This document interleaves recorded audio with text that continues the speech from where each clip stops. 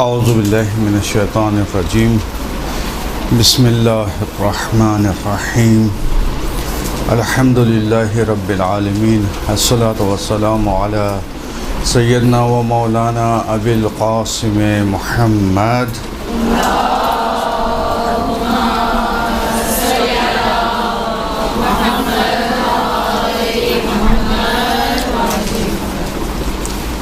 وعلی بیتہ الطیبین الطاہرین المعصومین المظلومین المنتجبین ولعنۃ اللہ علی اعدائہم اجمعین اما بعد۔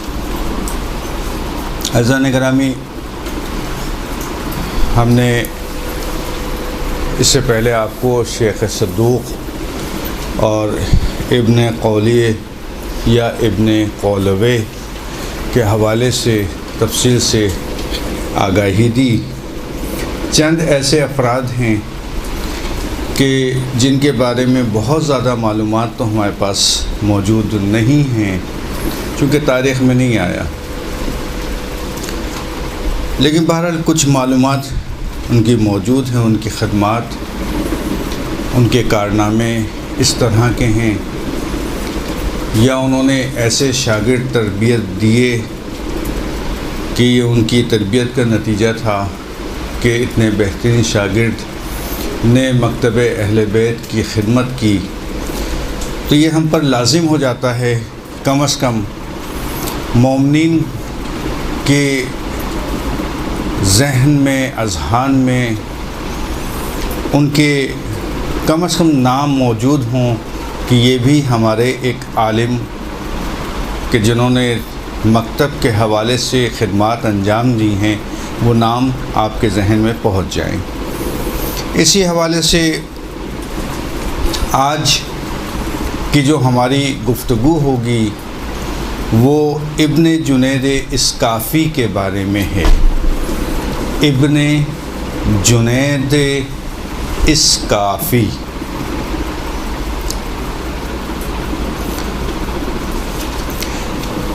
ابن جنید اسکافی کا جو نام تھا وہ اصل نام تھا ابو علی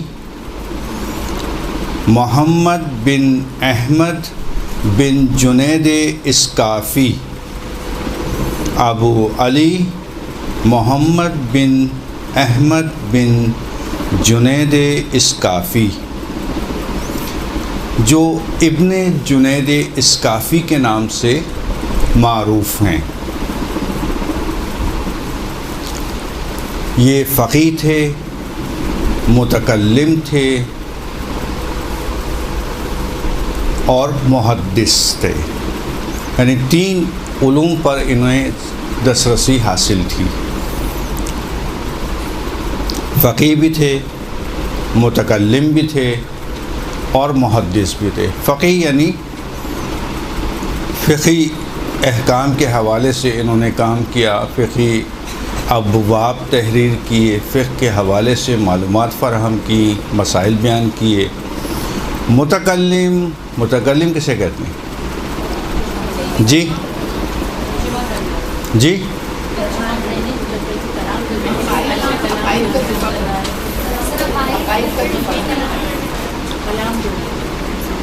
اگر ہم لغوی معنی دیکھیں تو یہ معنی بالکل صحیح ہیں آپ کے کہ متکلم یعنی کلام کرنے والا، اور اگر اصطلاحی معنی ہم دیکھیں تو اصطلاحی معنی میں آپ کے معنی بالکل صحیح ہیں، یعنی اپنے مذہب کا دفاع کرنے والا۔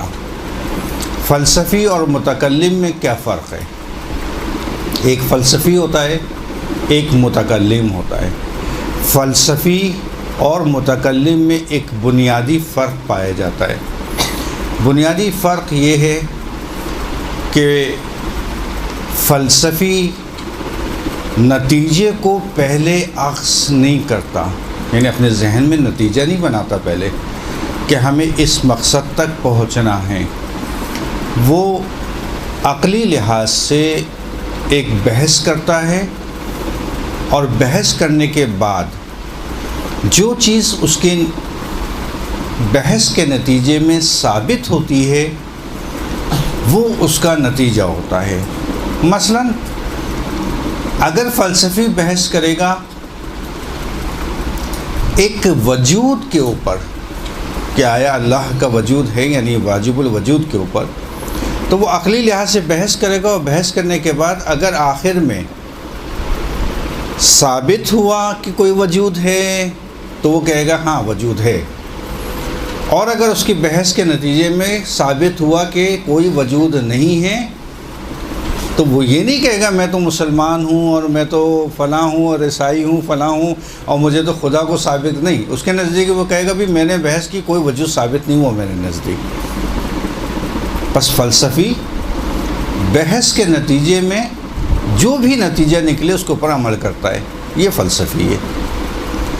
متکلم اس کے برعکس ہوتا ہے، متکلم کا ہدف معین ہوتا ہے، مجھے اللہ کو ثابت کرنا ہے، نتیجہ پہلے ہی ہو گیا اس کا۔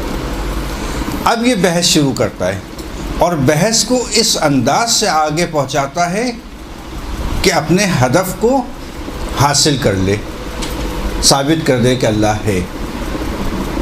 یہ متکلم ہے، ٹھیک ہے۔ اب اس کی پوری ایک تفصیل ہے، یہ تو میں نے مختصر سے ایک فرق آپ کو بتایا۔ بہرحال یہ ابن جنید اسکافی فقیہ بھی تھے، متکلم بھی تھے اور محدث بھی تھے، اور در حقیقت یہ اسکاف کے ایک خاندان سے تعلق رکھتے تھے۔ اسکاف بغداد کے نزدیک ایک علاقہ ہے، اس کا نام ہے اسکاف۔ اسکاف کے خاندان سے ہے۔ ابن جنید انہیں اس لیے کہا جاتا ہے کہ چونکہ ان کے جد اعلیٰ جنید کہلاتے تھے، اس حوالے سے ان کو ابن جنید کہا جاتا ہے، اور چونکہ ان کا تعلق اسکاف سے تھا اس لیے ان کو کہا جاتا ہے اسکافی، ابن جنید اسکافی۔ اور یہ وہی شخصیت ہے ابن جنید کی کہ اگر ان کے شاگردوں پہ نگاہ آپ ڈالیں تو ان کے شاگردوں میں شیخ صدوق نظر آئیں گے، موسیٰ تلعکبری نظر آئیں گے، شیخ مفید نظر آئیں گے، اور اس طرح کے دوسرے افراد۔ یعنی کتنے عظیم، یعنی جتنے شاگرد نکلے عمدہ ترین شاگرد کہ جنہوں نے مکتب کی بہترین تربیت کی۔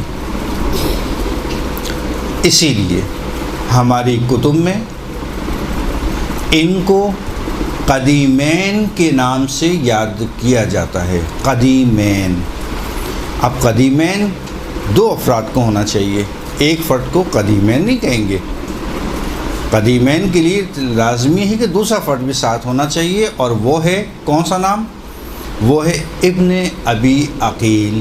پس ابن ابی عقیل اور ابن جنید اسکافی، ان دو فرد کو کہا جاتا ہے قدیمین۔ جب بھی آپ فقہی ابحاث کا مطالعہ کریں گے تو وہاں پر ان کے نام نہیں لیے جاتے، وہاں یہ لکھا جاتا ہے قدیمین نے یہ فرمایا یا قدیمین کا یہ نظریہ ہے۔ تو اس سے مراد کیا ہوتی ہے سب سمجھ جاتے ہیں، جن کو معلوم ہوگا قدیمین سے مراد ابن ابی عقیل ہیں یا جنید اسکافی ہیں۔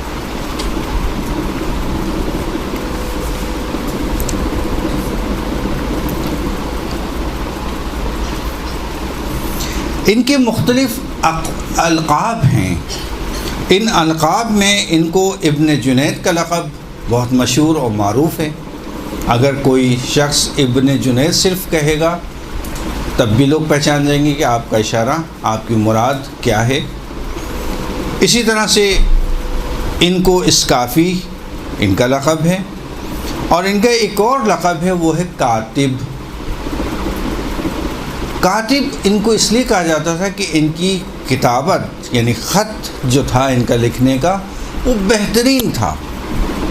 اس حوالے سے ان کے خط کی اتنی شہرت ہوئی، چونکہ پہلے زمانے کے اندر جو کتابیں لکھی جاتی تھیں وہ ہاتھ سے لکھی جاتی تھیں، اور ہاتھ سے لکھنے کے بعد وہ شاگردوں کو دے دی جاتی تھیں، مثلا 5 6 ہیں شاگرد، ان سب کو دے دی جاتی تھیں اور وہ اس سے نقل کرتے تھے۔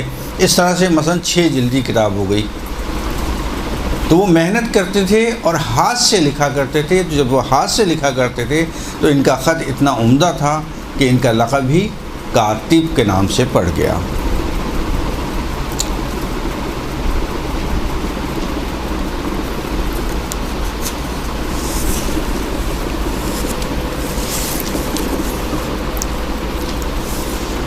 ان کی مختلف کتابوں کی جو تعداد ہمیں تاریخ میں ملتی ہے وہ 50 سے زیادہ ہے۔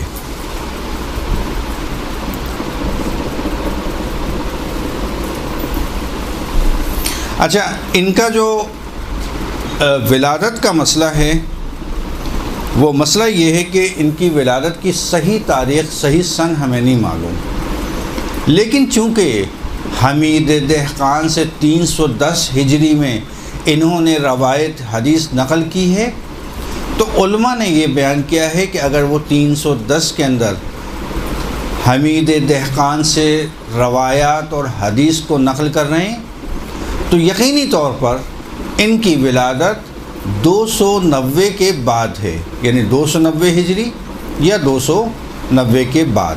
یہ 290 کا سال وہ سال ہے کہ جب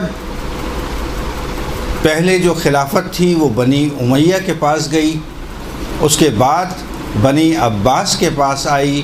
بنی عباس کا نعرہ رضائے آل محمد تھا، لوگوں کو انہوں نے اپنی گرد جمع کیا کہ ہم قاتلان حسین سے بدلہ لیں گے اور رضائے آل محمد کو جلب کریں گے۔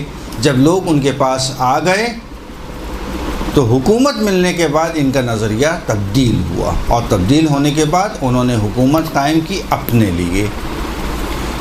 اور سب سے زیادہ جو ان کو خطرہ تھا، کس سے تھا؟ خطرہ تھا مکتب اہل بیت سے، کہ یہ اہل بیت کے ماننے والے، ان کو معلوم تھا یہ ہمارے پاس ہرگز نہیں ٹھہر سکتے، یہ ہمیشہ جائیں گے کس کے پاس؟ آل محمد کے پاس۔ اور یہی ہوا کہ اس زمانے سے منصور دوانقی جب زمانے سے آیا ہے، اس سے پہلے سے ہی انہوں نے مکتب اہل بیت کے ماننے والوں کو اوپر ظلم و ستم شروع کر دیا، اور یہ سلسلہ مستقل چلتا رہا یہاں تک کہ 290 ہجری کہ جس میں ان کی ولادت ہوئی، اس زمانے میں بھی یہی سلسلہ آگے بڑھا، اور اسی طرح یہ سلسلہ آگے بڑھتا رہا۔ جب یہ جوانی کے عالم میں پہنچے تو اس زمانے میں بھی عباسی خلافت کا دورہ تھا، اور مومنین کے اوپر ظلم و ستم ڈھایا جا رہا تھا، ان کو زندان کیا جا رہا تھا۔ ساری ذمہ داری ان کے بھی زمانے میں انہی کے کندھوں پر آئی، اور یہ وہی زمانہ ہے کہ جو شیخ صدوق کا بھی دور تھا، اور شیخ صدوق بھی اسی زمانے میں حیات تھے، اور انہی کے دور میں وہ جو میں نے آپ کو بتایا تھا کہ بہت سارے علماء کا جب میں ذکر کروں گا تو وہاں پر آل بویا کا کردار بہت زیادہ آئے گا۔ ان کا جو زمانہ ہے ابن جنید اسکافی کا، وہ زمانہ بھی وہی زمانہ ہے کہ جب ابتدائی طور پر آل بویا نے ایران کے مازندران صوبے شمال کی طرف اپنی حکومت کو قائم کیا۔ اسی طرح سے اسی زمانے کے اندر مصر میں فاطمیوں کی حکومت قائم ہوئی۔ فاطمی وہی آپ کے شش امامی جسے کہتے ہیں۔ اور اسی طرح سے اگر آپ الجزائر آج کا الجزائر، تونس اور مراکش وغیرہ سائٹ پہ دیکھیں گے تو مصر میں فاطمی اور اس سائٹ پہ ادریسیوں کی حکومت تھی۔ ادریسی حکومت در حقیقت امام حسن کی اولاد میں سے جو افراد تھے، صلوات پڑھتے ہیں۔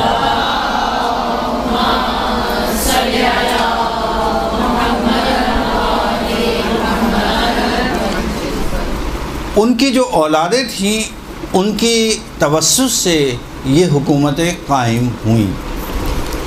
بہرحال ایک طرح سے ہم کہہ سکتے ہیں کہ ان کا جو جھکاؤ تھا وہ مذہب تشیع کی طرف تھا، لیکن مکمل طور پر یہ اثنا عشری بالآخر نہیں تھے، نہ ادریسی تھے اور نہ فاطمی، چونکہ وہ شش امامی تھے اور یہ پھر زیدی فرقے کی طرف چلے جائیں گے۔ تو ان کا زمانہ یہ زمانہ تھا کہ جس کے اندر ظلم و ستم ہوا کرتا، شیعوں کے اوپر ان کی حالت جو ہے وہ بہتر نہیں تھی، اور جنگ سے جو ہے وہ یہ لوگ جان بچاتے پھر رہے تھے۔ یہ وہ دور تھا کہ جب رسالت مآب کو رحلت ہوئے تقریباً 300 سال گزر چکے تھے۔ 300 سال گزر چکنے کے بعد بھی رسالت مآب کے خاندان اور ان کے ماننے والوں پر اسی طرح سے ظلم و ستم ڈھایا جاتا رہا۔ افریقہ سے لے کر اسپین تک اور مصر سے لے کر روم تک اور چین کی سرحدوں تک تمام حکومت جو تھی وہ بنی عباس کی حکومت تھی، اور یہ موقع قرن چہارم کا دور تھا کہ جس کے اندر ابن جنید اسقافی اپنی زندگی کیا کرتے تھے۔ اور قرن چہارم میں جس وقت ایک طرف مصر میں فاطمیوں کی حکومت، دوسری طرف تونس الجزائر اس سائڈ کے اوپر ادریسیوں کی حکومت قائم ہوئی، اور تیسری طرف جو ہے وہ ایران کی شمال کی طرف جو ہے آل بویہ کی حکومت قائم ہوئی، تو اس زمانے کے اندر مومنین کو تھوڑا سا سکھ کا احساس ہوا، اور ان کی جو گھٹن کی کمی تھی اس میں کمی واقع ہوئی گھٹن میں، اور بالآخر انہوں نے جو ہے وہ اپنا کام شروع کیا۔ اسی طرح سے انہوں نے علمی لحاظ سے بہت بڑے کارنامے انجام دیے ابن جنید اسقافی نے، اور ان کے بارے میں نجاشی یہ فرماتے ہیں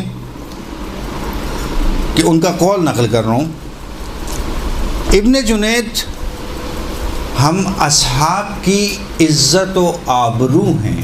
ابن جنید کے بارے میں نجاشی فرما رہے ہیں، خود نجاشی کے بارے میں ہم آپ کو بتائیں گے۔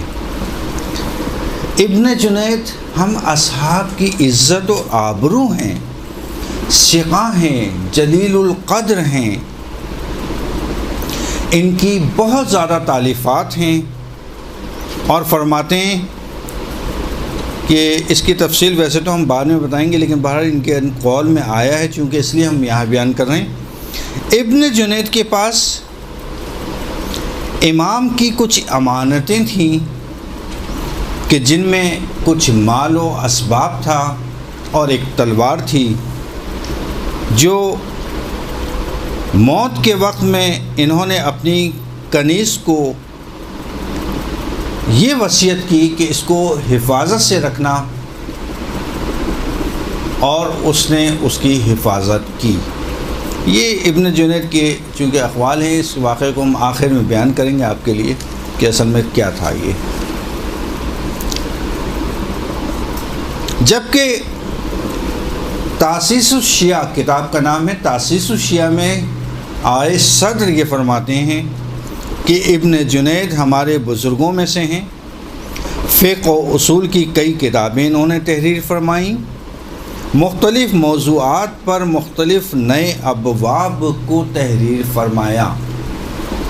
ظاہر ہے کہ جب انسان جو ہے وہ ترقی کی منازل طے کر رہا ہے، اور جب وہ ترقی کی منازل طے کرتا ہے تو اس میں نئی نئی مسائل ہمیں درپیش آتے ہیں۔ مثلا ایک زمانہ تھا کہ جب وہ تصویر بنانے کا مسئلہ آیا تو لوگوں نے کہا بھی تصویر بنا سکتے ہیں نہیں بنا سکتے، پھر وہ کیمرے کا دور آ گیا، لوگوں نے کچھ سوال کیا کہ بھی کیمرہ استعمال کر سکتے ہیں نہیں کر سکتے، ویڈیو کا زمانہ آ گیا، لوگوں نے کہا ویڈیو بنا سکتے ہیں نہیں بنا سکتے، پھر اس کے بعد جو ہے وہ دوسرے مسائل میں آ گئے، مثلا کلون یا ٹیسٹ ٹیوب بیبی۔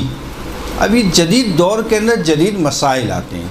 اچھا، ان کے بارے میں ہمارے ائمہ نے اصول ہمیں دیے ہیں، ایسا نہیں ہے کہ انہوں نے جو ہے کہا کہ ایک دور میں ٹیسٹ ٹیوب بیبی کا زمانہ آئے گا تو میں اس کے بارے میں یہ روایت تمہیں بتا رہا ہوں کہ اس میں یہ فتویٰ دینا نہیں۔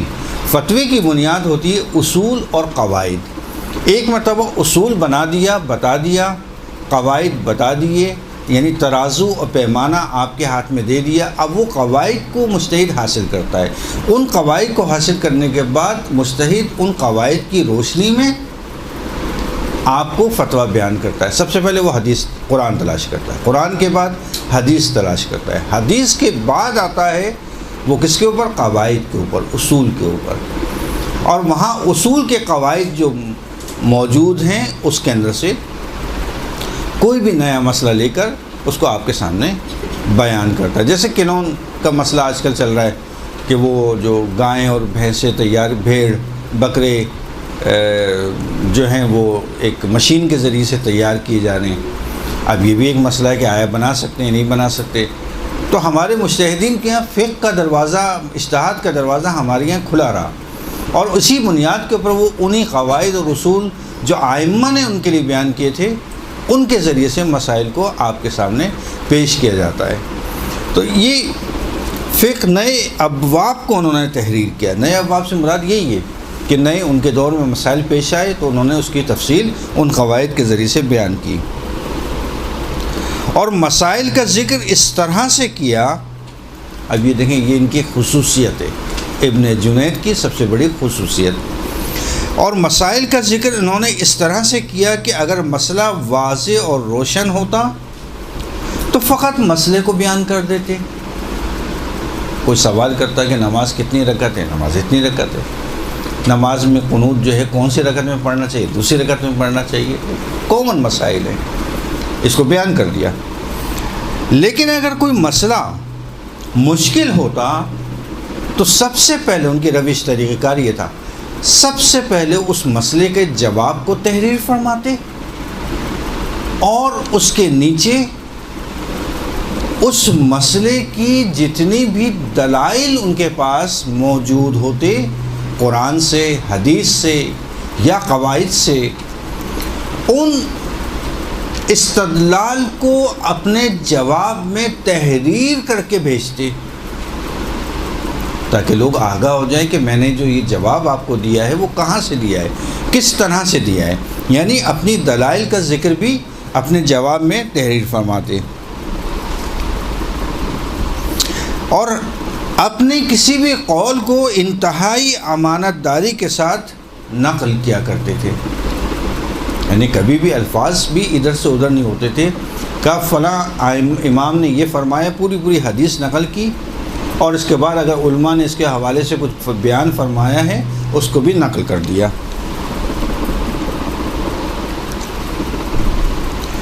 اسی لیے جناب نجاشی یہ فرماتے ہیں کہ انہوں نے فقط 200 مسئلے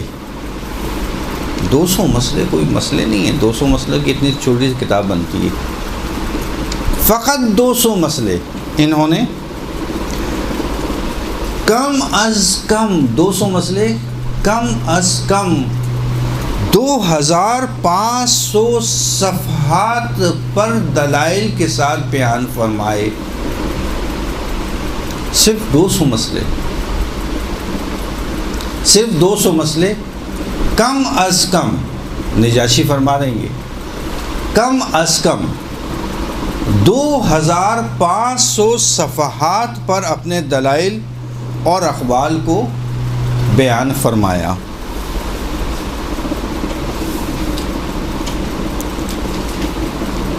یہ وہی دور تھا کہ جس کے اندر یہ زندگی کیا کرتے تھے، اور ان کے حسین بن روح نوبختی کے ساتھ نائب خاص سے امام روابط تھے، ابن بابوے، ابن عقیل، موسیٰ تل اکبری اور ابن غزائری، یہ سارے کے سارے ایک طرح سے ابن جنید اسکافی کے شاگردوں میں سے شمار کیے جاتے تھے، لیکن نام آپ دیکھیں کتنے عمدہ۔ اسی طرح سے مختلف ہم اگر افراد کو دیکھیں تو اس میں آئے خوئی نے بھی ان کی بہت زیادہ تجلیل کی ہے، بہت زیادہ تعریف کی ہے۔ ان کے جو مختلف احکام انہوں نے اپنے دور میں بیان فرمائے جدید ابواب، اس میں احکام عرش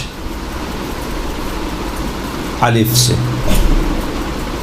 احکام صلاۃ، احکام طلاق، الاستفسار الی الجہاد،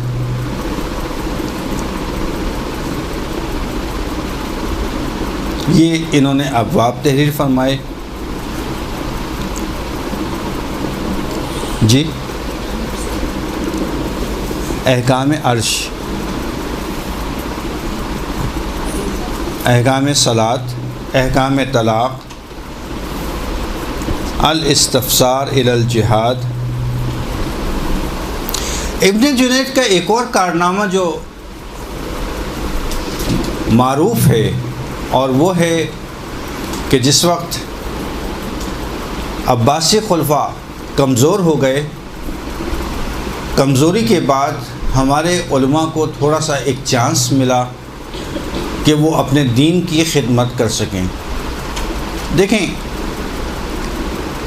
اگر کمزوری کی ہم بات کریں تو مختلف ادوار میں مختلف حکومتیں کمزور رہیں۔ مثلا جس وقت بنی عباس اور بنی امیہ کی جنگ چل رہی تھی، دونوں کی حکومتیں کمزور ہو چکی تھیں، لیکن ہمارے دو امام، پانچویں اور چھٹے امام، ان کا دور تھا۔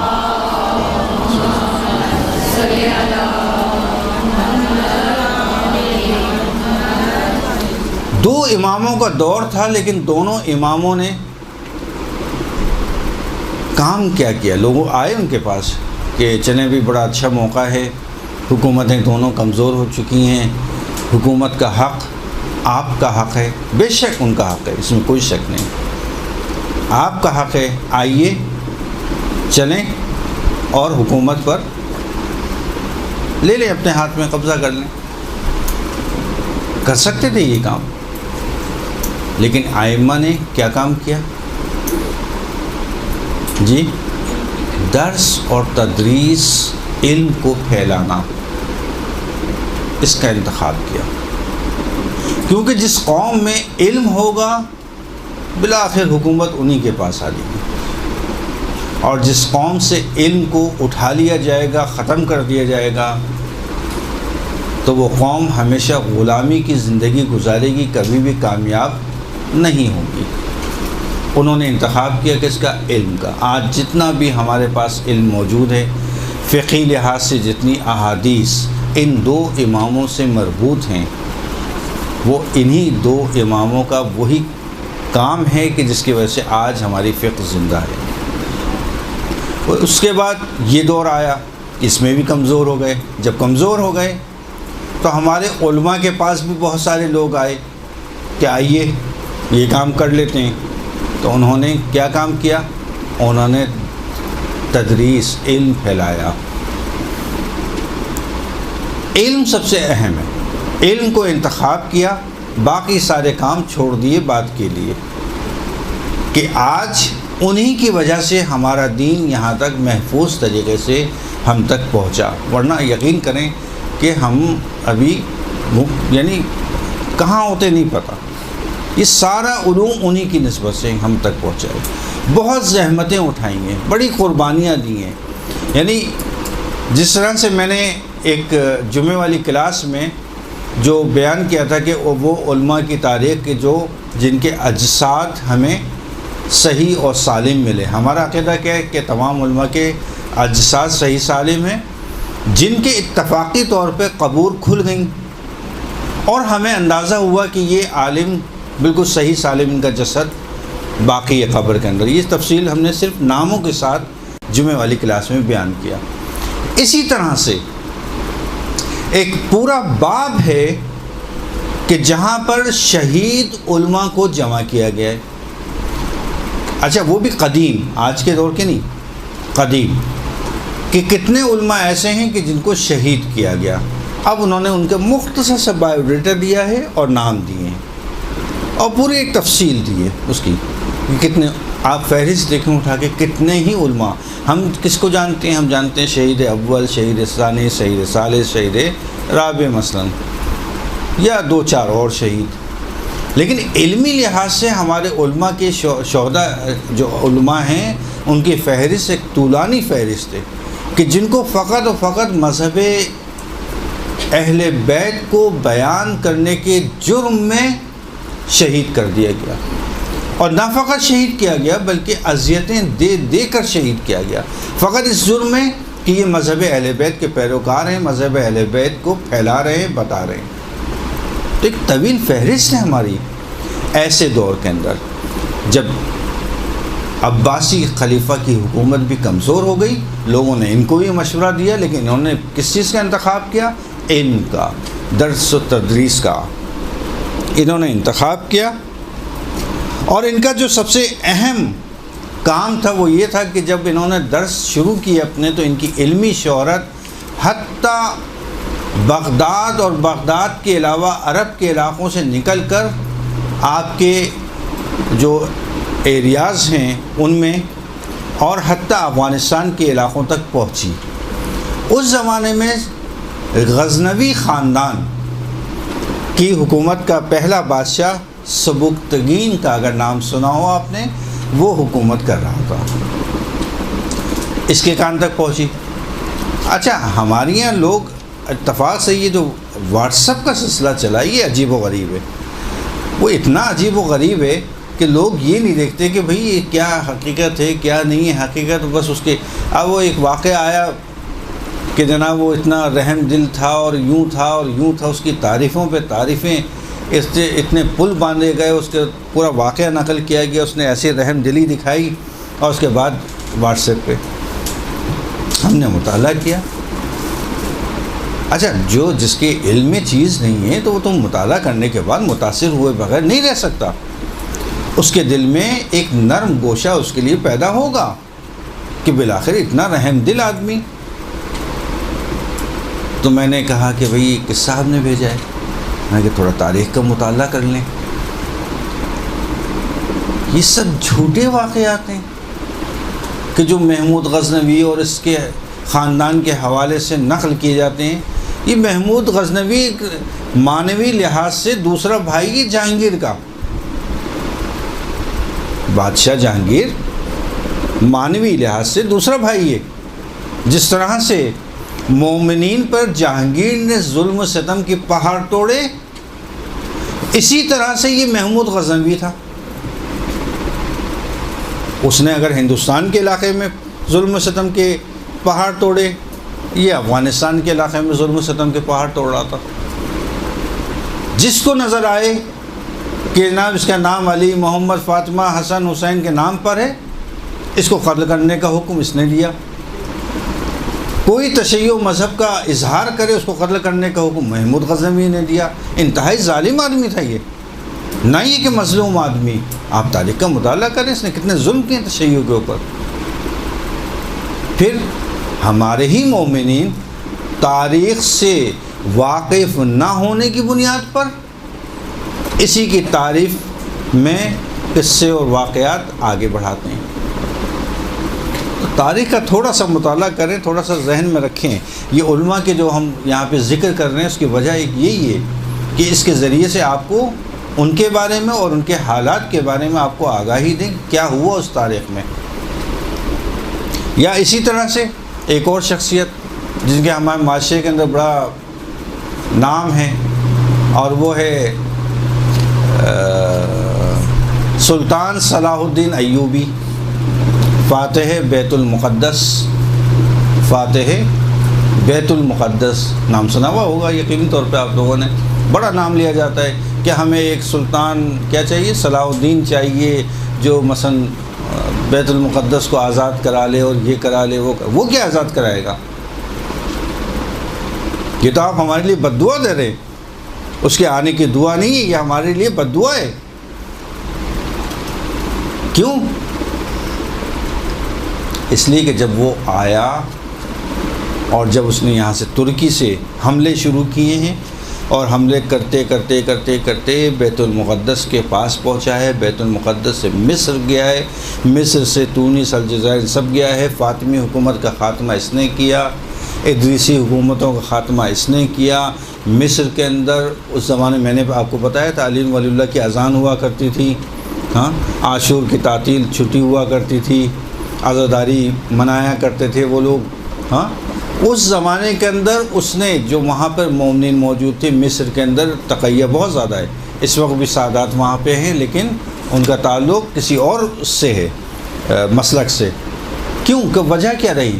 وجہ یہ سلطان ایوبی تھا، اس نے آتے کے ساتھ ہی سب سے پہلے یہ سب بند کرایا، خطبہ بند کرا دیا، علی اللہ کی اذان بند کرا دی، مذہب تشیع کے اوپر پابندی لگا دی، اور پابندی لگانے کے بعد حکم کیا کہ جو آل محمد کا ماننے والے ہے، یہ شیعہ مذہب سے تعلق رکھتا ہے، اس کے سروں کو قلم کر دیا جائے۔ جب کسی کے سر قلم کیے جائیں گے، جب ظلم و ستم ہوگا، کتنے مذہب پہ باقی رہیں گے؟ آپ کے پاکستان کے اندر یہ واقعات ہوئے پیش آئے، ہم تو مصر کی بات کر رہے ہیں۔ ابھی یہ جو شیعہ کلنگ کے واقعات ہوئے، اس میں ایسے بہت سے ہمیں ملیں گے، تقیہ میں چلے گئے، وہاں پہ بھی ایسے ہی ہوا، اس نے ظلم کیا، لیکن نام تاریخ نے جھوٹے انداز سے اس کی تعریفیں بیان کی کہ آج تک لوگ اس کو یاد رکھتے ہیں۔ اصل میں مسئلہ کیا ہے؟ مسئلہ یہ کہ ہمارا معاشرہ ایک مکس معاشرہ ہے، چونکہ مکس ہے معاشرہ، اب وہ بہت ساری چیزیں ہماری داخل ہو جاتی ہیں دوسری طرف سے، علم ہوتا نہیں ہے، اس وجہ سے ہم سمجھتے ہیں کہ شاید یہ حق ہے، جبکہ وہ حق نہیں ہوتا۔ یہ محمود غزنوی کا بھی، جہانگیر محمود غزنوی اور یہ سلطان صلاح الدین ایوبی۔ بہرحال آپ اپنے موضوع پہ آ جائیں تو ان کا جو ہے وہ سبکتگین جو بادشاہ تھا افغانستان کے حصے کی طرف، اس تک بھی شہرت پہنچی۔ تو ان کا جو کارنامہ تھا وہ یہ تھا کہ سبکتگین نے مذہب اہل بیت کے حوالے سے کچھ سوالات ان تک پہنچائے، اور یہ بہت ان کے جوابات جو لکھے انہوں نے وہ موجود ہیں۔ انہوں نے مکتب اہل بیت کے دفاع میں مدلل جوابات سبکتگین کو دیے، اور ایک طویل عرصے تک ان کے درمیان میں خط و کتابت کا سلسلہ رہا جو بہت معروف ہوا، حتیٰ اتنا معروف ہوا کہ لوگوں نے ان سے اس بارے میں سوالات کیے، اور انہوں نے کھلے عام لوگوں کو اپنے جوابات اور اس کی دلیلیں لوگوں کے سامنے بیان کی، اور یہ بہت مشہور اور معروف ان کا واقعہ ہوا۔ اسی طرح سے ان کا جو بالآخر رابطہ تھا حسین بن روح سے، تو لوگوں نے ان کے پاس مختلف قسم کی اپنی امانتیں یہ رکھواتے تھے امام کے لیے، چونکہ نمائندے امام بھی تھے، اس لحاظ سے بلکہ اس واقعے کو سید بحر العلوم، سید مہدی بحر العلوم نے نقل کیا ہے، اور ایک سفر ان کا پیش آیا تھا نیشاپور میں۔ نیشاپور میں جب یہ سفر پیش آیا تو ان کے حوالے سے شیخ حنفی نیشاپوری نے کچھ ان کے بارے میں تحریر فرمایا۔ کیا تحریر فرمایا اس کو میں نقل کرتا ہوں تاکہ آپ اس کو غور سے سنیں۔ 340 ہجری میں رافضیوں کا ایک فرد جو ابن جنید کے نام سے مشہور ہے نیشاپور میں آیا، اور وہ ادعا یہ کرتا تھا، دعویٰ یہ کرتا تھا کہ وہ شیعہ فقہ سے بہت اچھی طرح واقف ہے،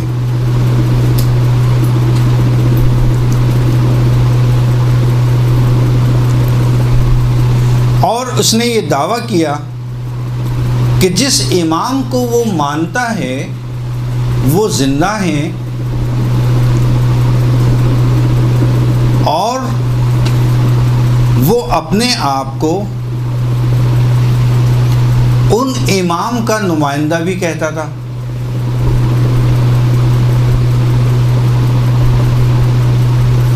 اور جب یہ بات لوگوں کو اس نے بیان کی تو ہمارے نیشاپور میں موجود رافضی اس کے گرد جمع ہو گئے، اور جب یہ نیشاپور سے واپس جانے لگا تو فرماتے ہیں کہ جب یہ جانے لگا تو لوگوں نے ان کے اپنے امام کے لیے، جن کا دعویٰ یہ ہے کہ وہ زندہ ہیں، ان کے لیے بہت سارا مال اسباب ان کے سپرد کیا۔ یہ شیخ حنفی نیشابوری۔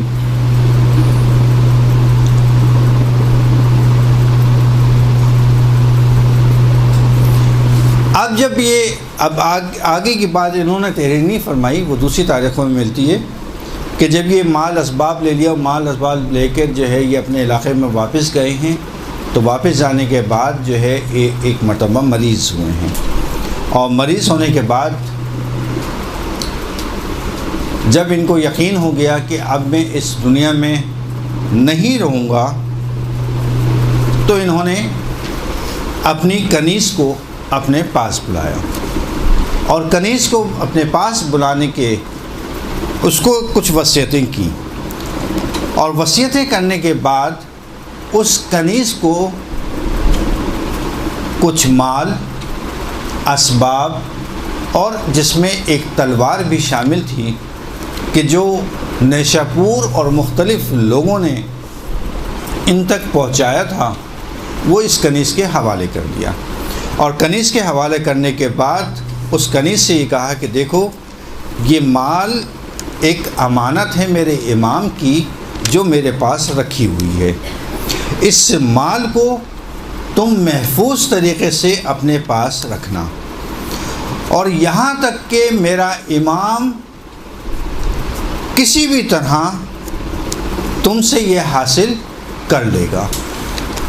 اور تاریخ نے یہ لکھا کہ انہوں نے جب یہ مال کنیز کو دیا، کنیز نے اس کو اپنے پاس رکھا، اور اپنے پاس رکھنے کے بعد ایک مرتبہ وہ مال کو دیکھنے گئی، اور مال وہاں موجود نہیں تھا، اور وہ وہاں سے جا چکا تھا۔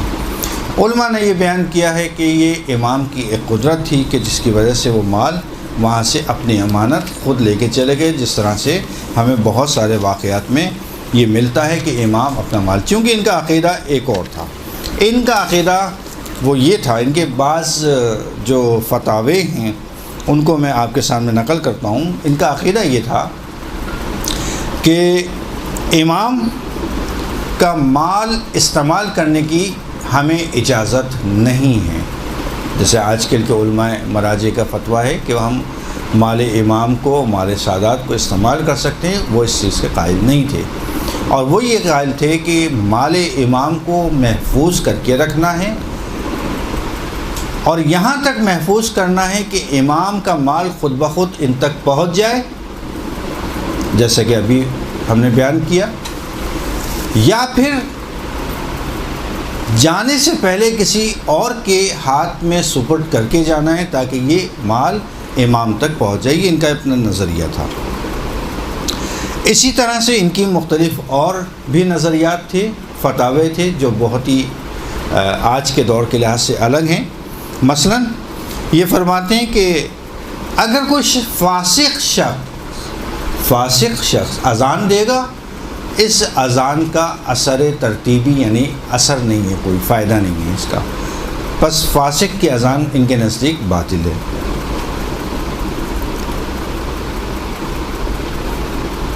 ایک اور ان کا فتویٰ ہے جو بہت الگ ہے آج کے دور کے لحاظ سے، اور وہ یہ ہے کہ عبد کی گواہی آزاد کے لیے قابل قبول نہیں، چاہے وہ عادل ہی کیوں نہ ہو۔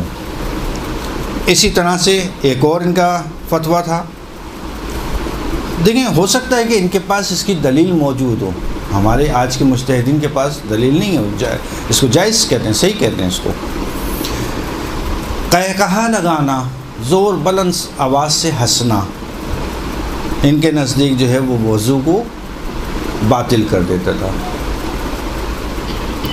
اسی طرح سے یہ زیتون اور شہد کے اوپر اگر نصاب اس کا پورا ہو جائے تو زکوٰۃ کے قائل تھے۔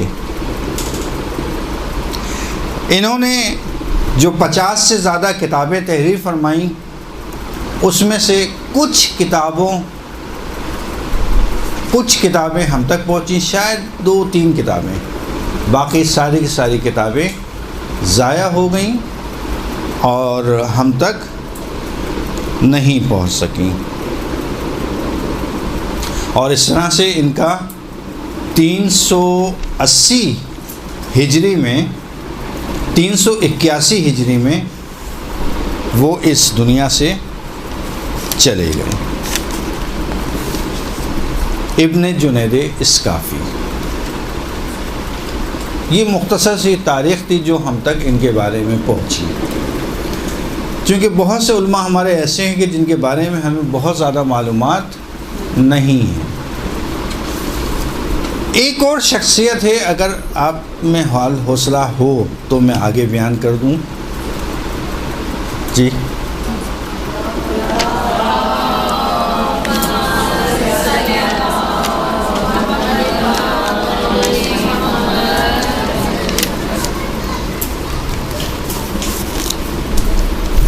لیکن جو ہے نا وہ مجھے پیغام پہنچ گیا آپ لوگوں کا کہ نہیں جی سر بہت ہو گیا، اب آپ جا سکتے ہیں۔ کیسے اندازہ لگایا؟ جی آپ کی سلوات سے اندازہ لگا لیا؟ اتنے سارے لوگوں نے کہا اللہم صل، تو ظاہر ہے کہ میں یہی سمجھوں گا نا کہ آپ لوگ یہ کہہ رہے ہیں کہ بھائی بہت ہو گیا، اب آپ تشریف لے جائیے۔ جی اب تو یقین ہو گیا، پہلے شک۔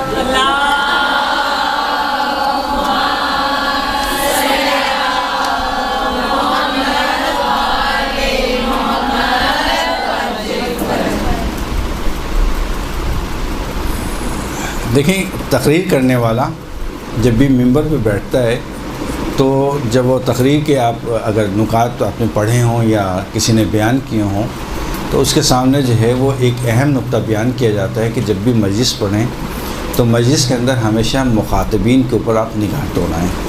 مخاطبین کے اوپر آپ جب نگاہ دوڑائیں گے تو آپ کو اندازہ ہو جائے گا تھوڑا سا بیان کرنے کے بعد کہ آپ کے مخاطبین اس موضوع کو آپ کے پسند کر رہے ہیں یا پسند نہیں کر رہے، پتہ چل جاتا ہے۔ صحیح نا؟ ویسے تو مجھے ہی پتہ چل گیا ہے بہرحال، لیکن یہ کہ بعض دفعہ ایسا ہوتا ہے کہ ایک موضوع مجلس کرانے والے نے خود آپ کو دیا ہوتا ہے، صحیح ہے، اور ایک موضوع کا انتخاب آپ خود کرتے ہیں۔ جس وقت آپ نے خود انتخاب کیا ہوتا ہے تو اس وقت آپ کے پاس چانس ہوتا ہے کہ آپ موضوع کو چینج کر کے آہستہ آہستہ، ایک دم نہیں، ایک دم سے آپ یو ٹرن لیں گی تو پتہ چل جائے گا کہ آپ نے تھوڑی سی ڈنڈی ماری ہے، صحیح ہے نا؟ تو اس میں ہوتا یہ ہے کہ یو ٹرن لیا جاتا ہے، یو ٹرن سے مطلب تھوڑا سا لمبا سا ٹرن لیا جاتا ہے، آہستہ آہستہ آہستہ آہستہ اپنے موضوع کو تبدیل کر کے دوسرے موضوع پہ لے آنا، اور پھر دوسرے موضوع پہ لا کے اس کے اوپر گفتگو کا شروع کر دینا، جیسے عموماً ہمارے علماء کرام کرتے ہیں، ممبران پہ جا کے ذاکرین حضرات کرتے ہیں۔ موضوع بینر پہ کچھ بھی لکھا ہو، بولنا تو ہمیں وہی ہے جو ہمیں بولنا ہے، صحیح ہے۔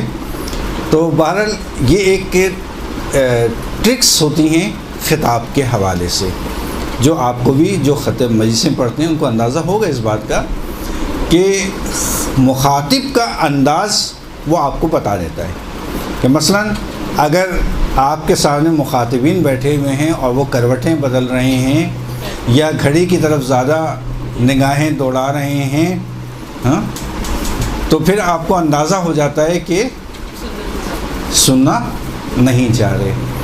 تو اس میں یہ ہوتا ہے کہ آپ کے لیے اب یا تو یہ کہ آپ اپنے موضوع کو تبدیل کریں، یا پھر ایک اور کام کیا جا سکتا ہے، اور وہ یہ کیا جا سکتا ہے کہ آپ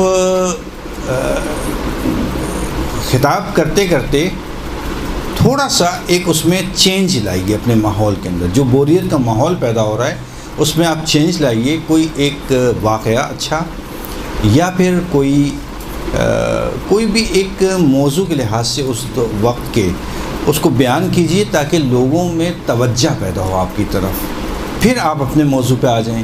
یہ 2 ٹرکس ہیں جن کو آپ لوگ یاد رکھیں کہ مجالس میں پڑھتے ہوئے، جو مجالس پڑھتے ہیں ان کے لیے کام کی باتیں ہیں یہ، کہ ایک تو موضوع کا انتخاب ہمیشہ دلچسپ کیجیے، دلچسپ موضوع لیجیے کہ جس کی طرف لوگ متوجہ رہیں آپ کی طرف۔ ایک، جب بوریت دیکھیں تو 2 کام آپ کریں، یا اپنے موضوع کو چینج کریں، ٹھیک ہے، یا آپ اپنے موضوع کو مکس کریں۔ اچھا، مکس بھی ہوتا ہے ایک، صحیح نا، کھانا کم پڑ گیا تو اس میں پانی ملا دیا جاتا ہے، ٹھیک ہے۔ تو اب اس میں آپ کیا کریں، اس میں جو ہے وہ کوئی تھوڑا سا چٹخانے دار پانی اس میں اضافہ کریں تاکہ وہ آپ کا موضوع جو ہے دلچسپ بن جائے۔ موضوع آپ کا ہی رہے گا لیکن اضافہ کریں گے آپ، تو آپ کا موضوع ایک نئے موضوع انداز سے لوگوں تک پہنچے گا، وہ دلچسپی کے ساتھ آپ کی بات کو سنیں گے۔ یا پھر آپ اپنے موضوع کو بالکل تبدیل کر دیں، یا چوتھا ایک راہ یہ کہ آپ اس کے اندر وہیں پہ روک کر ایک کوئی دلچسپ واقعہ، کوئی دلچسپ بات، کوئی ایسی بات کہ جو حاضرین کو آپ کی طرف متوجہ کرتے، اس کے بعد آپ اپنی گفتگو کو جاری رکھیں۔ بہرحال یہ محرم سے پہلے ہی میں نے آپ کو ٹپس بتا دی ہیں جو کہ بہت کم دیتے ہیں، تو میرے خیال میں رہنے نہیں، میرے خیال میں اس لیے کہ پھر وہ لمبا ہو جائے گا ان کا موضوع۔ آپ کا وقت بھی ختم ہو گیا، ویسے تو مجھے تو اجازت ہے کہ آپ جتنا دل چاہے بیٹھ سکتے ہیں، البتہ آپ کے دوسرا درس کے جو قبلہ وسیع حیدر صاحب ہیں موجود ہیں اور وہ منتظر ہیں میرے نیچے جانے کے۔ انہوں نے مجھے یہ کہا ہے کہ آپ جب آئیں گے تو میں اوپر چلا جاؤں گا، تو میرے اختیار میں ویسے تو، لیکن میرے خیال میں اگر ہم نے اس موضوع کو، ابن ابی عقیل کے بارے میں ہم کچھ بتانا چاہ رہے تھے۔ ابن ابی عقیل چونکہ مختصر ہے ان کا، اس لیے میں بیان کر دیتا ہوں تیزی کے ساتھ تاکہ یہ بھی ہو جائیں، پھر ہم اگلے اس پہ چلے جائیں۔ ابن ابی عقیل عمانی، یہ عمان کے رہنے والے تھے، اس لیے ان کو کہا جاتا ہے عمانی۔ عمان جو ہمارا ایک ملک ہے اس کے رہنے والے۔ ابن ابی عقیل عمانی، ان کا نام تھا ابو محمد حسن بن علی حذاء عمانی، ہے حلوے والی ہے سے حذاء عمانی۔ یہ فقیہ بھی تھے، محدث بھی تھے، متکلم بھی تھے۔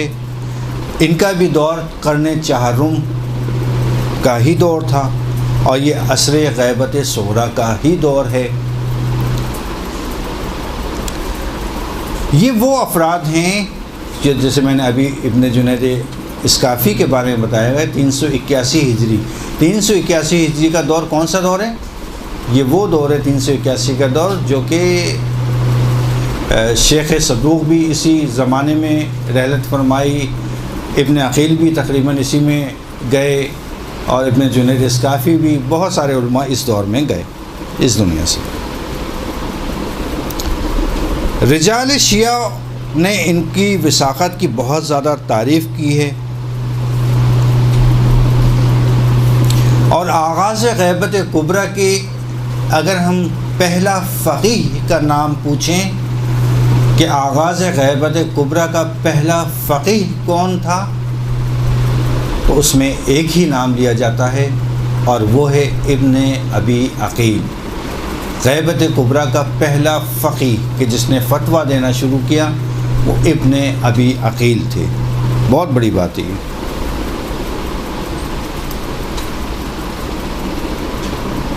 انہوں نے اپنی ایک فقہ کی کتاب تہذیب میں اپنے اجتہادی انظار کو بیان کیا ہے، اور اسی طرح اصولی ابحاث کو مختلف دوسری کتابوں میں تحریر کیا ہے۔ ان کی جو فقہی نظر ہوتی ہے اس کو کسی بھی زمانے کے مجتہدین بڑے غور سے دیکھتے ہیں، پڑھتے ہیں، مطالعہ کرتے ہیں، اور اس کے بعد اپنی نظر کے حوالے سے کوئی فیصلہ کیا جاتا ہے. بس ان کی نظر ایک اہم نظر ہے کہ جن کو ہر فقیہ بغور اس کا مطالعہ کرتا ہے.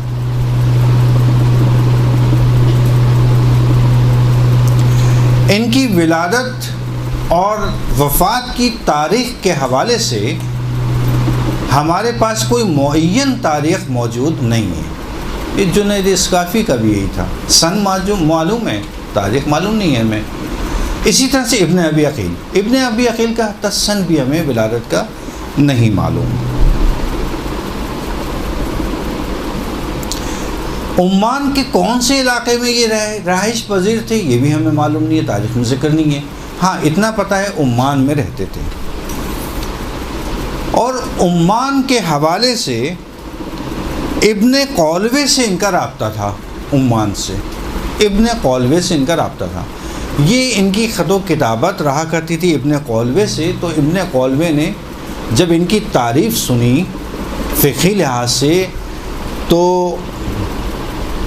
ان کو خط لکھا اور خط میں ان کی تعریف کے حوالے سے ذکر کیا کہ ہم نے آپ کی فقہی اور اجتہاد کی تعریف سنی ہے، علمی مرتبے کی تعریف سنی ہے، کچھ اپنے بارے میں بیان کیجئے.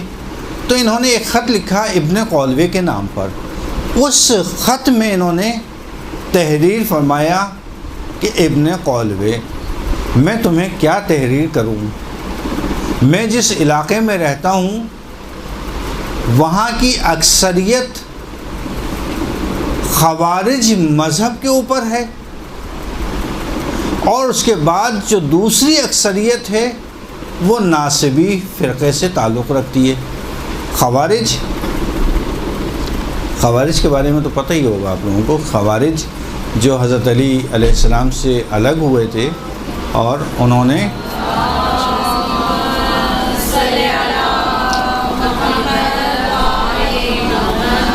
حاکم شام کا فتنہ اختتام پذیر تھا. مالک اشتر جیسے فرد کی مالک اشتر کوئی معمولی شخصیت نہیں ہے. مالک اشتر جیسی شخصیت کی تلوار حاکم شام کی گردن کے پاس تھی. حاکم شام کی گردن کے پاس تھی کہ تلوار چلاتے اور یہ فتنہ جو شام سے اٹھا تھا اس کا قلع کما ہو جاتا. ایسے میں ایک آواز آئی اور کہا مالک ٹھہر جاؤ، ہاتھ کو روک دو، یہ تمہارے مولا کا حکم ہے. تو تاریخ نے یہ لکھا کہ مالک اشتر کی تلوار ہاتھ میں لیے جو ہاتھ بلند تھا، اور اگر وہ چلتا تو حاکم شام کا فتنہ ختم ہو جاتا، وہ ہاتھ اسی جگہ پر رک گیا. اسے کہتے ہیں مومن، اسے کہتے ہیں علی کا ماننے والا شیعہ. وہ کہتے بھائی ایک منٹ رکو، ابھی سنتا ہوں میرے مولا نے کیا کہا ہے، ابھی سنتا ہوں. اور تلوار چلاتے فتنہ ختم. اتنا بڑا فتنہ ختم. آواز کانوں میں گئی کہ مالک اشتر تمہارے مولا کا حکم ہے کہ ہاتھ کو روک دو. تو جہاں ہاتھ تھا وہیں رک گیا. اگر ہم جیسے کوئی مومن ہوتا کہتا ہے اچھا مولا سے کو ابھی آیا بس میں. آج کل ہم میں مومن ہوں صحیح حقیقی معنوں میں کہ جو اس طرح کا عمل کرے. یہ مالک اشتر جیسے مومنین کہ جب آواز سنی کہ مولا نے کہا ہاتھ روک دو، اسی جگہ ہاتھ رک گیا فوراً، نہیں چلا ہاتھ، آگے نہیں بڑھا. اس دور کے اندر یہ کس کی وجہ سے ہوا؟ خوارج کی وجہ سے.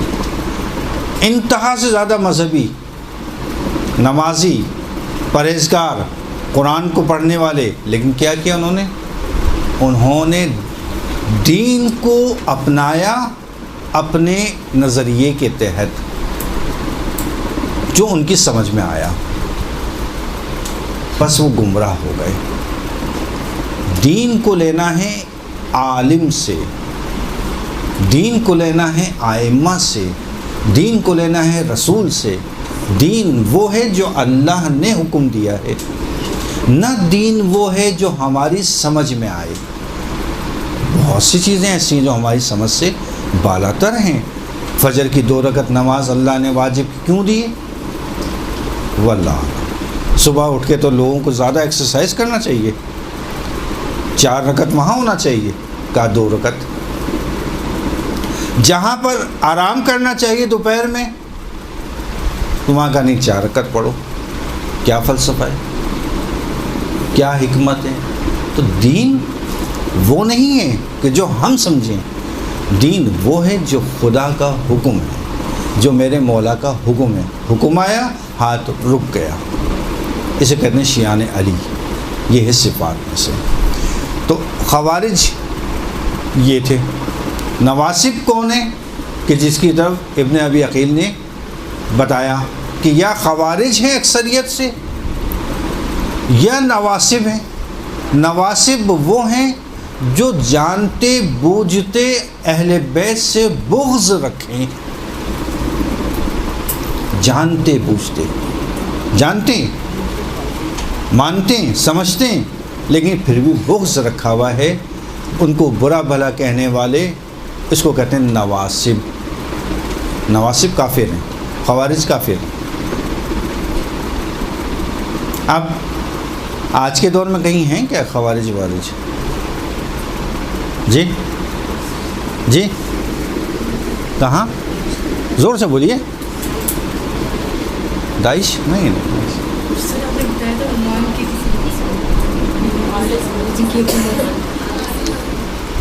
نہیں پتا آپ لوگوں کو؟ آل سعود خوارج ہیں مگر ناصبی ہیں کیا؟ نہ ناصبی ہے نہ خارج نہیں ہو، وہابی۔ مسقط، مسقط کا نام سنا ہے آپ نے؟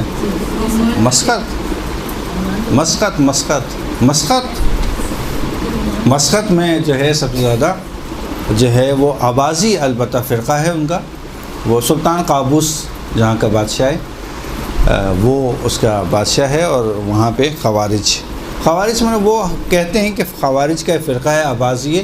البتہ وہ یہ کہتے ہیں کہ آباز جو ہے وہ ہمارا خود ایک امام ہے، جیسے ابو حنیفہ اور شافعی اور حنبلی اور مالکی، اس طرح سے آبازی ایک فقیہ تھے، ان کے ہم تقلید میں ہیں، مقلد ہیں ان کے مذہب پر ہم عمل کرتے ہیں ان کے بقول۔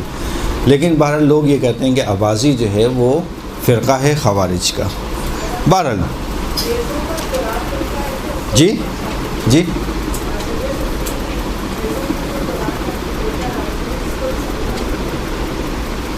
جنگ صفین میں جو قرآن نیزوں پر بلند کیا گیا تھا، جیبوں میں نہیں رکھا تھا، اصل میں قرآن نیزوں پہ بلند کیا گیا تھا، اور وہ بھی صرف خوارج کو دھوکہ دینے کے لیے کہ جس وقت جو ہے وہ مالک اشتر، جس وقت جو ہے وہ، اب دیکھیں پھر تفصیل میں چلے جاؤں گا جنگ صفین کی۔ اصل جو واقعہ شروع ہوا تھا وہ ہوا تھا تھوڑا سا عجیب سا ہے۔ وہ واقعہ یہ شروع ہوا تھا کہ جب جنگ صفین شروع ہوئی تو جنگ صفین میں امام نے صفین کے میدان میں قدم شروع میں نہیں رکھا تھا، یعنی نہیں گئے تھے جنگ پر، وہ اپنے خیمے میں تھے۔ تو امام نے کہا کہ اس طرح سے لوگوں کی ہمتیں ہو سکتا ہے تھوڑی سی نیچے آئیں، جوش ان کا۔ تو ایک مرحلے پر، آخر مرحلے پر امام نے جو ہے وہ کہا کہ نہیں اب ہم بھی جائیں گے جنگ کے میدان میں۔ تو امام پھر جنگ کے لیے آئے ہیں۔ جب جنگ کے لیے آئے ہیں تو اس وقت جنگ کا نقشہ پلٹا، اور امام کی جو جنگ تھی وہ بہت ہی عجیب و غریب تھی جنگ، کہ جیسے تاریخ نے کچھ اس طرح سے بیان کیا ہے کہ وہ جس سواری پر سوار تھے کبھی وہ سواری کے دائیں زینگ پر سوار ہو جاتے، یعنی ایک ہی طرف، اور کبھی وہ بائیں طرف، اور جس طرف سوار ہو کے آگے بڑھتے تو اس طرف سے لوگوں کی گردنیں اس طرح سے گرنا شروع ہو گئیں کہ جیسے کوئی گاجر اور مولی کو کاٹ رہا ہو تیزی کے ساتھ۔ اور اسی حالت میں ان کو اس زمانے کا ایک فتنہ نظر آیا کہ جسے ہم امر و آس کے نام سے یاد کیا کرتے ہیں۔ امر و آس نظر آیا۔ امر و آس جب ان کو نظر آیا تو انہوں نے کہا کہ اس فتنے کو، چونکہ سب سے بڑا فتنہ حاکم شام کے بعد یہی تھا، اس کے پاس بڑھے۔ جب اس کے نزدیک پہنچنے والے تھے تو اس نے پلٹ کر دیکھا کہ علی کے قدم اب میری طرف بڑھ رہے ہیں۔ جب اس نے یہ احساس کیا کہ علی میری طرف متوجہ ہو گئے ہیں تو سب کو معلوم تھا کہ اگر علی کسی کو نشانے پہ لے لیں تو پھر اس کا ایسا ممکن نہیں ہے، خطا ممکن نہیں ہے۔ اور یہ گھبراہٹ کے عالم میں اپنے گھوڑے سے نیچے آیا، اور جب یہ اپنے گھوڑے سے نیچے آیا اب تو اس کے پاس اگر 1% یا 0.5% چانس تھا تو وہ چانس بھی اس کے ہاتھ سے چلا گیا۔ اب گھبراہٹ کے عالم میں کھلے میدان میں جہاں جنگ ہو رہی ہو، جہاں دونوں طرف کے سپاہی ایک دوسرے کو قتل کر رہے ہوں، ان کے درمیان سے امیر المومنین سواری پر سوار اس کی طرف اگر بڑھ رہے ہوں، ذہن کا تیز تھا، چلاک تھا، سمجھ گیا کہ میری موت اب یقینی ہے، اب میں نہیں بچ سکوں گا۔ اس کے ذہن میں ایک ترکیب آئی، علی سے بچنے کا فقط ایک طریقہ ہے، اور اس نے فوراً اس طریقے پر عمل کیا۔ کیا طریقہ تھا؟ طریقہ یہ تھا کہ اس نے فوراً اپنے لباس کو اتارنا شروع کیا، اور کھلے میدان میں جہاں دونوں طرف کی افواج موجود تھیں، اس کھلے میدان میں تمام افواج کے سامنے برہنہ ہو گیا مکمل طور پر، اور مکمل طور پر برہنگی کی حالت میں دوڑنا شروع کیا۔ اب علی کیسے کسی کی طرف، ایسے شخص کی طرف نگاہ دوڑائے؟ چھوڑ دیا اس کو، جانے دو اس کو۔ اس طرح سے اس نے اپنی جان بچائی، اس طرح سے۔ اور اسی حالت میں یہ حاکم شام کے خیمے میں پہنچا۔ جب حاکم شام کے خیمے میں پہنچا تو اس نے کہا، یہ کیا، تم میدان جنگ سے آ رہے ہو؟ کہاں سے آ رہے ہو؟ کہا، بھائی اسی نے تو میری جان بچائی ہے علی سے، اگر یہ نہیں کرتا تو میں آج اس دنیا میں نہیں ہوتا۔ بہرحال وہ کپڑے وپڑے پہنے اس نے، کہا کہ بس پہنچنے والی علی کی فوج، لشکر آنے والا ہے۔ تو اس نے، جو حاکم شام تھا، اس نے پلان بنایا فرار کا۔ اس کا جو آئیڈیا تھا وہ تھا فرار کرتے ہیں، کیونکہ اب ہمیں شکست فاش ہونے والی ہے اور ہماری جانوں کو خطرہ ہے۔ ایسا کرتے ہیں ہم دونوں ایک لباس تبدیل کر کے ہم یہاں سے فرار حاصل کرتے ہیں۔ کہا نہیں، دیکھ کتنا تیز تھا یہ، کہا نہیں فرار نہیں کرو، سوچتے ہیں کچھ ترکیب۔ یہاں اس نے ترکیب سوچی۔ حاکم شام اصل تو یہ تھا، اس نے یہ ترکیب اس کو بتائی کہ لوگوں سے کہو کہ جس کے پاس جتنا قرآن ہے لکھا وہ لے آؤ۔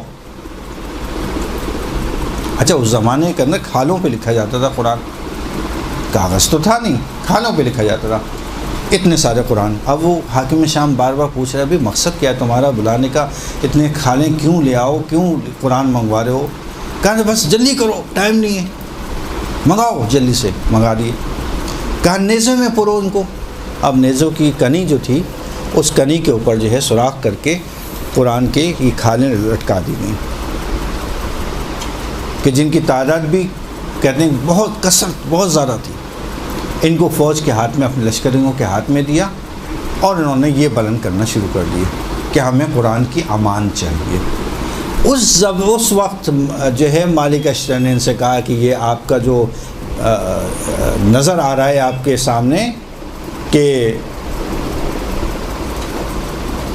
قرآن بلند ہے نیزوں پر، یہ ایک دھوکہ ہے آپ کے سامنے، اس کے دھوکے میں نہ آئیے آپ. لیکن کیا کہ انہوں نے کیا کیا؟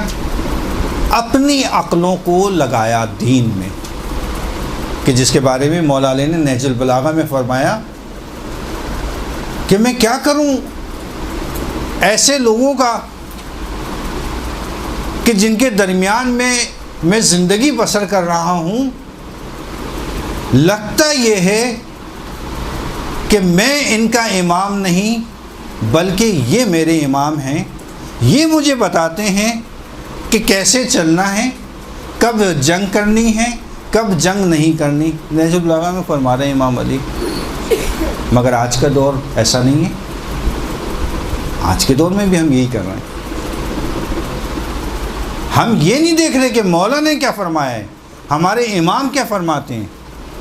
ہمیں کہتے نہیں دین تو ایسا اچھا ہے، یہ ہونا چاہیے. آپ کی عقل اس مرحلے تک نہیں پہنچی ہے کہ جس مرحلے پر عقل کل پہنچی ہوئی ہے. ائمہ معصومین کی عقول کامل ہیں.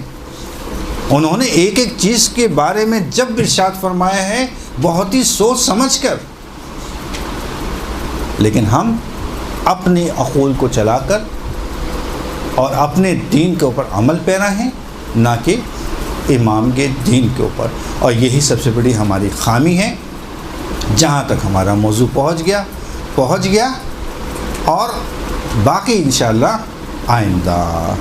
اور کم از کم نام آپ تک پہنچائے ابن ابی عقیل کا، کہ ایک بہت بڑے مجتہد، بڑی خدمات ہیں ان کی، اور ان کا نام آج تک حوض علمیہ میں لیا جاتا ہے. ان کی انظار کو بیان کیا جاتا ہے، اور ان کی مزید جو تفصیلات ہیں انشاءاللہ آئندہ ہم آپ کے سامنے بیان کریں گے. ایک مرتبہ صلوات پڑھیں محمد و آل محمد.